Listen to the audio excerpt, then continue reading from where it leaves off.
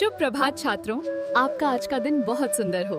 मुझे उम्मीद है कि आज आप जो कुछ भी नया सीखेंगे वो आपके जीवन में उपयोगी होगा। તો ચાલો આજે એક એવી જોરદાર ટૂંકી વાર્તાની વાત કરીએ જે આપણી વિચારવાની રીતને, ખાસ કરીને માણસોના ઈરાદાઓ વિશેની આપણી સમજને હલાવી નાખશે.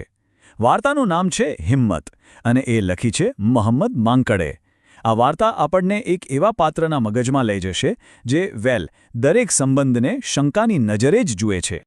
અને સાંભળો, વાર્તાની શરૂઆત જ કેવી ધારદાર લાઈનથી થાય છે. બસ આ એક જ વાક્ય. અને વાર્તાના જે મુખ્ય પાત્ર છે રસિકલાલ, એમના મગજમાં શું ચાલી રહ્યું છે એનો આખો નકશો આપણી સામે આવી જાય છે. કેટલો અહંકાર, કેટલી સત્તાની ભૂખ.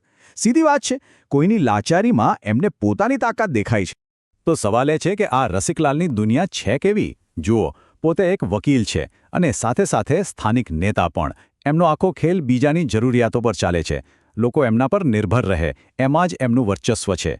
એમના માટે સાહેબ કોઈ પણ સંબંધ એટલે બસ એક લેવડ, એક સોદો, બસ. અને આ વિચાર એમને ક્યાંથી આવ્યો? તો જુઓ, એમના બે રોલ મોડેલ હતા.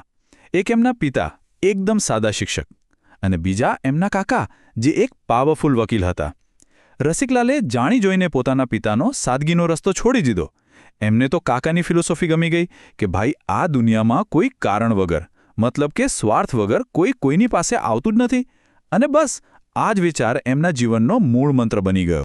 એટલે સમજો કે એમણે એક એવા ચશ્મા પહેરી લીધા છે જેમાંથી એમને દુનિયામાં બધે જ સ્વાર્થ જ દેખાય છે. દરેક વ્યક્તિ, દરેક વાત, દરેક કામ, બધું જ એમને એક સોદાબાજી લાગે છે.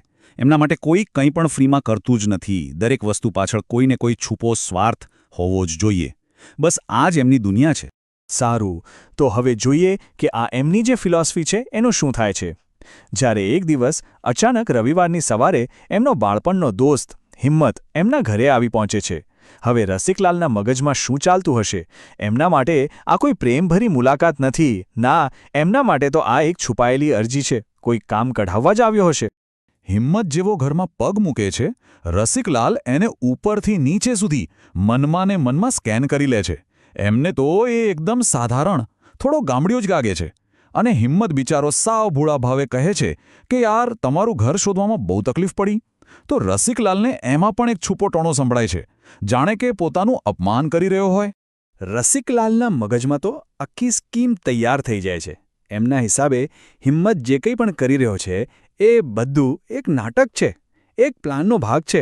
પહેલું ઘર શોધવાનું નાટક, પછી આમ તેમની વાતો કરવી, પછી એમના દીકરા સાથે રમવા લાગવું. આ બધું શું છે? આ બધું કામ કઢવા માટેની ભૂમિકા છે. સીધી રીતે વાત નથી કરતો, પણ આખી ગેમ રમી રહ્યો છે. અને પછી હિંમત એક પત્ર કાઢીને આપે છે અને અહીંયા આખી ગેમ બદલાય છે.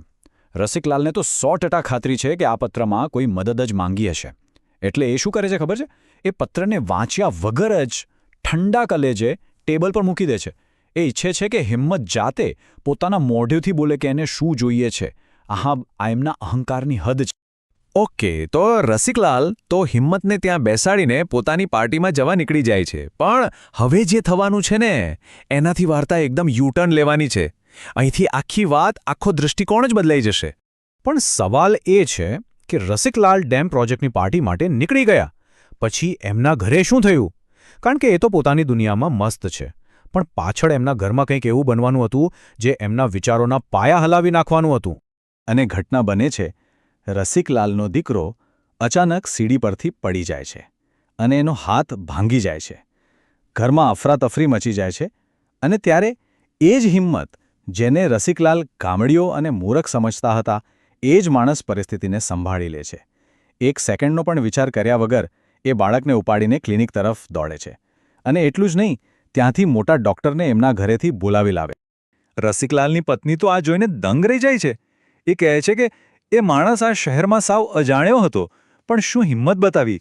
એણે એકલા હાથે બધું જ સંભાળી લીધું.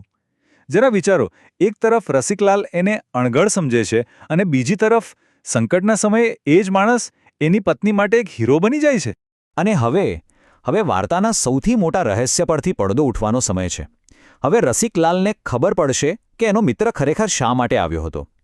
પેલો પત્ર, જેને એમણે ઘમંડમાં બાજુ પર મૂકી દીધો હતો, એ જ પત્ર હવે એમની આખી દુનિયાને ઉથલપાથલ કરી નાખવાનો છે. ઘરે પાછા આવીને રસિકલાલ આખરે એ પત્ર હાથમાં લે છે. એ જ પત્ર જેને એમણે પોતાના અહંકારને લીધે નજરઅંદાજ કર્યો હતો. કદાચ મનમાં હજી પણ એ જ શંકા હશે, પણ હવે એને ખોલીને વાંચે છે. અને અંદર જે લખ્યું છે એ એમની બધી ધારણાઓથી સાવ જુદું છે. તો પત્રમાં શું હતું? કોઈ મોટી નોકરીની ભલામણ? હજારો રૂપિયાની માંગ? ના, કંઈ જ નહીં. એમાં ફક્ત એટલું જ લખ્યું હતું કે એમના પિતાને તાત્કાલિક 50 રૂપિયાની જરૂર છે. ફક્ત 50 રૂપિયા? અને આટલી નાની વાત માટે રસિકલાલે પોતાના મગજમાં કેટલી મોટી વાર્તાઓ ઘડી કાઢી હતી. પણ વાર્તા અહીં પૂરી નથી થતી. આ તો ખાલી પહેલો ઝટકો હતો. બીજા દિવસે એમના પિતાનો બીજો પત્ર આવે છે. અને આ પત્ર રસિકલાલના અહંકાર પર જાણે છેલ્લો ઘા કરવા માટે જ આવ્યો છે. આ પત્ર એ બધી જ કડીઓ જોડી દેશે જે રસિકલાલ પોતાની શંકાના ચશ્મામાંથી જોઈ જ નહોતા શક્યા. અને એ પત્રમાં લખ્યું હતું, હિંમતે મને 50 રૂપિયા પોતાની પાસેથી જ આપી દીધા. એ તો કહેતો હતો કે તું ઉતાવળમાં હતો, ખૂબ સારો છોકરો છે અને તારા તો બહુ જ વખાણ કરતો હતો. બસ આ એક વાક્ય અને રસિકલાલના વિચારોનો આખો મહેલ જમીનદોસ્ત થઈ ગયો. હિંમત મદદ લેવા નહોતો આવ્યો, એ તો મદદ કરવા આવ્યો હતો. અને એણે ફક્ત પૈસા નહોતા આપ્યા, એણે તો મિત્ર તરીકે રસિકલાલની ઇજ્જત પણ સાચવી લીધી હતી. તો જુઓ, આખી પરિસ્થિતિ કેવી રીતે પલટાઈ ગઈ. રસિકલાલ શું વિચારતા હતા અને હકીકત શું નીકળી. એમને લાગ્યું કે હિંમત મદદ માંગવા આવ્યો છે, પણ એ તો પૈસા આપવા આવ્યો હતો. એમને લાગ્યું કે હિંમત એક સાધારણ મૂર્ખ માણસ છે, પણ એ તો એક બહાદુર અને સક્ષમ વ્યક્તિ નીકળ્યો. જે મિત્રતાને એ ફક્ત એક સોદો સમજતા હતા, એ જ મિત્રતા સાવ નિસ્વાર્થ સાબિત થઈ. એમની આખી દુનિયા જ ઊંધી પડી ગઈ. સારું, તો આટલું બધું થયા પછી, સત્ય આટલી સ્પષ્ટ રીતે સામે આવ્યા પછી હવે શું? મોટો સવાલ એ છે કે શું રસિકલાલ બદલાશે? શું એ પોતાની ભૂલ સ્વીકારશે? કારણ કે હવે એ પણ સાફ થઈ ગયું હતું કે હિંમત કોઈ લાચાર કે ગરીબ માણસ નથી. એની પોતાની સફળ દુકાન છે. એ તો ફક્ત પોતાના મિત્ર રસિકલાલને ખૂબ માન આપતો હતો. એ લેવા નહોતો આવ્યો, એ તો આપવા આવ્યો હતો. સાચા અર્થમાં મિત્રતા નિભાવવા આવ્યો હતો. તો શું રસિકલાલ આખરે પોતાના મિત્ર વિશેનું સત્ય અને પોતાના વિચારોની ભૂલ જોઈ શકશે? શું હકીકતનો આટલો મોટો તમાચો કોઈના મગજમાં વર્ષોથી જળાઈ ગયેલા અહંકાર અને શંકાને તોડી શકે છે?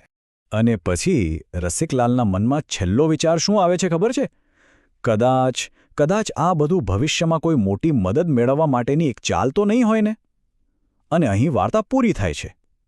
આ છેલ્લી લાઈન બતાવે છે કે રસિકલાલનો શંકાનો રોગ એટલો ઊંડો છે કે કોઈની નિસ્વાર્થ ભલાઈને સ્વીકારી જ નથી શકતો. એ હજુ પણ શંકા જ કરે છે. અને આ વાર્તા આપણને એક સવાલ સાથે છોડી જાય છે. શું કેટલાક લોકો ક્યારેય નથી બદલાતા? Welcome to Madhav language classes. आपकी आज की सुबह बहुत ही खूबसूरत हो। आज हम पढ़ने वाले हैं एक खूबसूरत चैप्टर